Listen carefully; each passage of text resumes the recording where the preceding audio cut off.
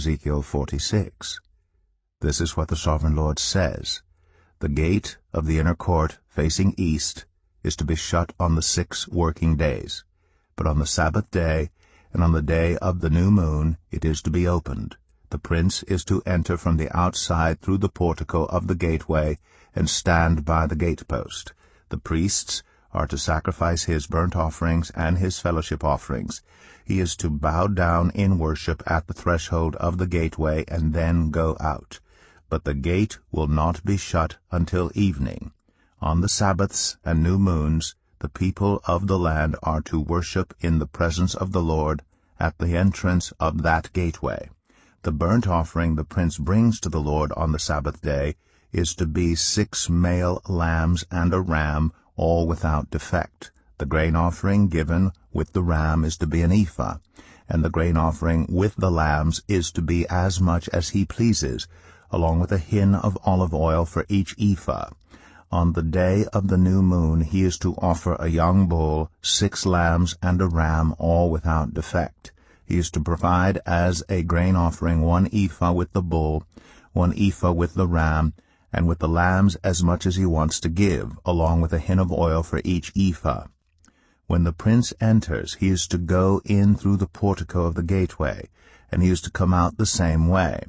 When the people of the land come before the Lord at the appointed festivals, whoever enters by the north gate to worship is to go out the south gate, and whoever enters by the south gate is to go out the north gate.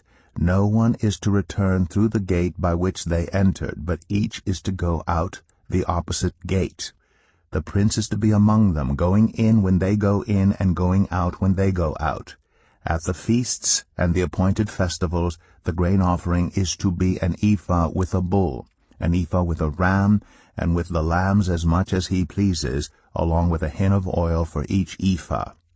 When the prince provides a freewill offering to the Lord, whether a burnt offering or fellowship offerings, the gate facing east is to be opened for him. He shall offer his burnt offering or his fellowship offerings as he does on the Sabbath day. Then he shall go out, and after he has gone out, the gate will be shut. Every day you are to provide a year-old lamb without defect for a burnt offering to the Lord. Morning by morning you shall provide it. You are also to provide with it morning by morning a grain offering, consisting of 1/6 of an ephah with 1/3 of a hin of oil to moisten the flour. The presenting of this grain offering to the Lord is a lasting ordinance. So the lamb and the grain offering and the oil shall be provided morning by morning for a regular burnt offering. This is what the Sovereign Lord says. If the prince makes a gift from his inheritance to one of his sons, it will also belong to his descendants. It is to be their property by inheritance. If, however, he makes a gift from his inheritance to one of his servants, the servant may keep it until the year of freedom. Then it will revert to the prince. His inheritance belongs to his sons only. It is theirs. The prince must not take any of the inheritance of the people, driving them off their property. He is to give his sons their inheritance out of his own property, so that not one of my people will be separated from their property. Then the man brought me through the entrance at the side of the gate to the sacred rooms facing north, which belonged to the priests, and showed me a place at the western end. He said to me, "This is the place where the priests are to cook the guilt offering and the sin offering, and bake the grain offering, to avoid bringing them into the outer court and consecrating the people." He then brought me to the outer court, and led me around to its 4 corners, and I saw in each corner another court. In the 4 corners of the outer court were enclosed courts, 40 cubits long and 30 cubits wide. Each of the courts in the 4 corners was the same size. Around the inside of each of the 4 courts was a ledge of stone, with places for fire built all around under the ledge. He said to me, "These are the kitchens where those who minister at the temple are to cook the sacrifices of the people." Ezekiel 47.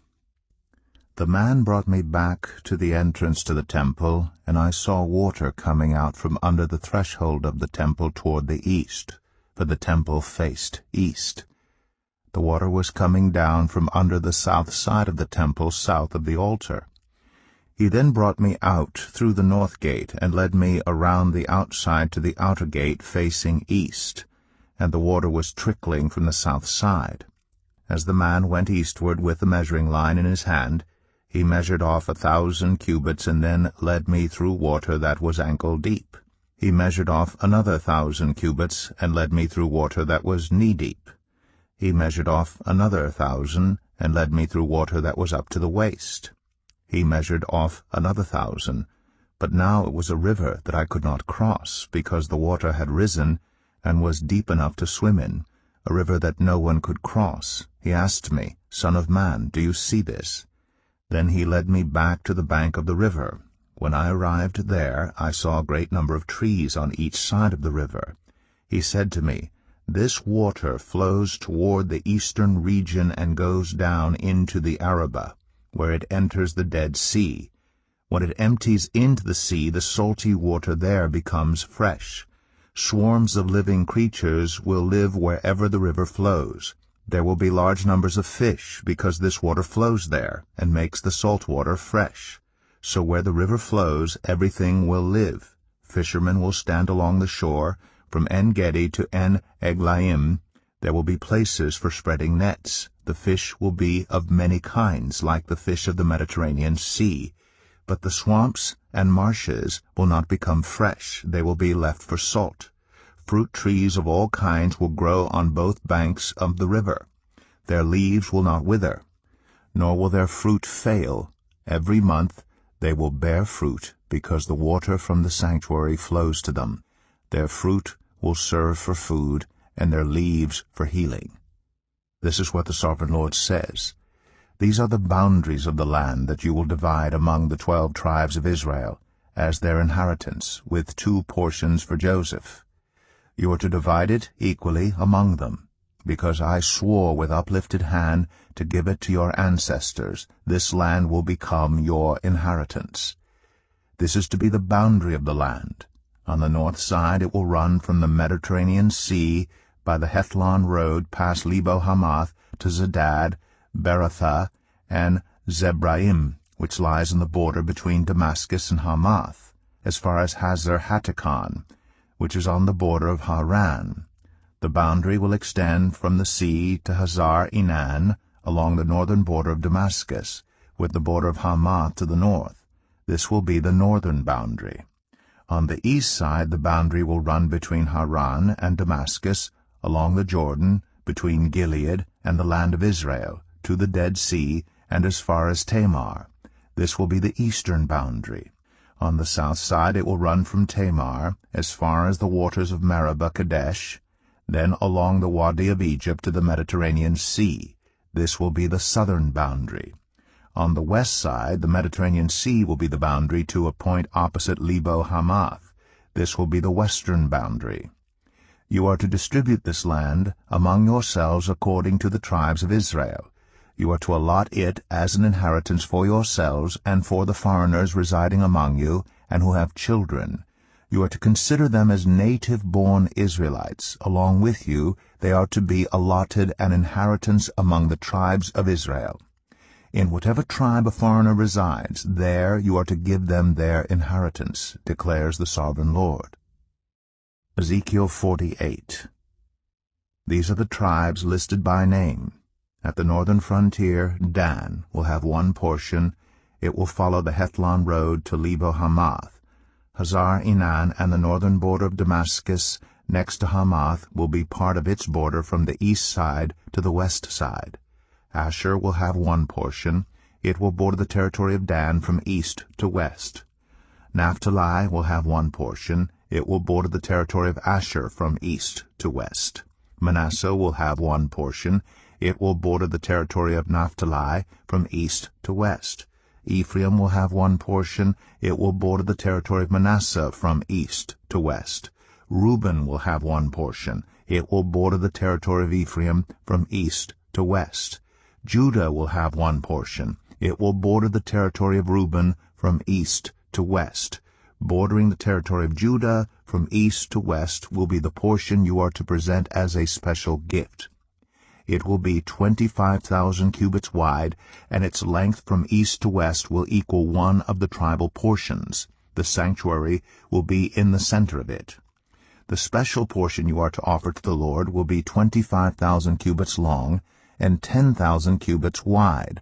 This will be the sacred portion for the priests. It will be 25,000 cubits long on the north side, 10,000 cubits wide on the west side, 10,000 cubits wide on the east side, and 25,000 cubits long on the south side. In the center of it will be the sanctuary of the Lord. This will be for the consecrated priests, the Zadokites, who were faithful in serving me, and did not go astray as the Levites did when the Israelites went astray. It will be a special gift to them from the sacred portion of the land, a most holy portion bordering the territory of the Levites. Alongside the territory of the priests, the Levites will have an allotment 25,000 cubits long and 10,000 cubits wide. Its total length will be 25,000 cubits, and its width 10,000 cubits. They must not sell or exchange any of it. This is the best of the land and must not pass into other hands, because it is holy to the Lord. The remaining area, 5,000 cubits wide and 25,000 cubits long, will be for the common use of the city, for houses and for pasture land. The city will be in the center of it, and will have these measurements: the north side 4,500 cubits, the south side 4,500 cubits, the east side 4,500 cubits, and the west side 4,500 cubits. The pasture land for the city will be 250 cubits on the north, 250 cubits on the south, 250 cubits on the east, and 250 cubits on the west. What remains of the area, bordering on the sacred portion and running the length of it, will be 10,000 cubits on the east side and 10,000 cubits on the west side. Its produce will supply food for the workers of the city. The workers from the city who farm it will come from all the tribes of Israel. The entire portion will be a square, 25,000 cubits on each side. As a special gift, you will set aside the sacred portion along with the property of the city. What remains on both sides of the area formed by the sacred portion and the property of the city will belong to the prince. It will extend eastward from the 25,000 cubits of the sacred portion to the eastern border, and westward from the 25,000 cubits to the western border. Both these areas running the length of the tribal portions will belong to the prince, and the sacred portion with the temple sanctuary will be in the center of them. So the property of the Levites and the property of the city will lie in the center of the area that belongs to the prince. The area belonging to the prince will lie between the border of Judah and the border of Benjamin. As for the rest of the tribes, Benjamin will have one portion. It will extend from the east side to the west side. Simeon will have one portion. It will border the territory of Benjamin from east to west. Issachar will have one portion. It will border the territory of Simeon from east to west. Zebulun will have one portion. It will border the territory of Issachar from east to west. Gad will have one portion. It will border the territory of Zebulun from east to west. The southern boundary of Gad will run south from Tamar to the waters of Meribah Kadesh, then along the Wadi of Egypt to the Mediterranean Sea. This is the land you are to allot as an inheritance to the tribes of Israel, and these will be their portions, declares the sovereign Lord. These will be the exits of the city, beginning on the north side, which is 4,500 cubits long. The gates of the city will be named after the tribes of Israel. The 3 gates on the north side will be the gate of Reuben, the gate of Judah, and the gate of Levi. On the east side, which is 4,500 cubits long, will be 3 gates: the gate of Joseph, the gate of Benjamin, and the gate of Dan. On the south side, which measures 4,500 cubits, will be 3 gates: the gate of Simeon, the gate of Issachar, and the gate of Zebulun. On the west side, which is 4,500 cubits long, will be 3 gates, the gate of Gad, the gate of Asher, and the gate of Naphtali. The distance all around will be 18,000 cubits, and the name of the city from that time on will be, The Lord is there.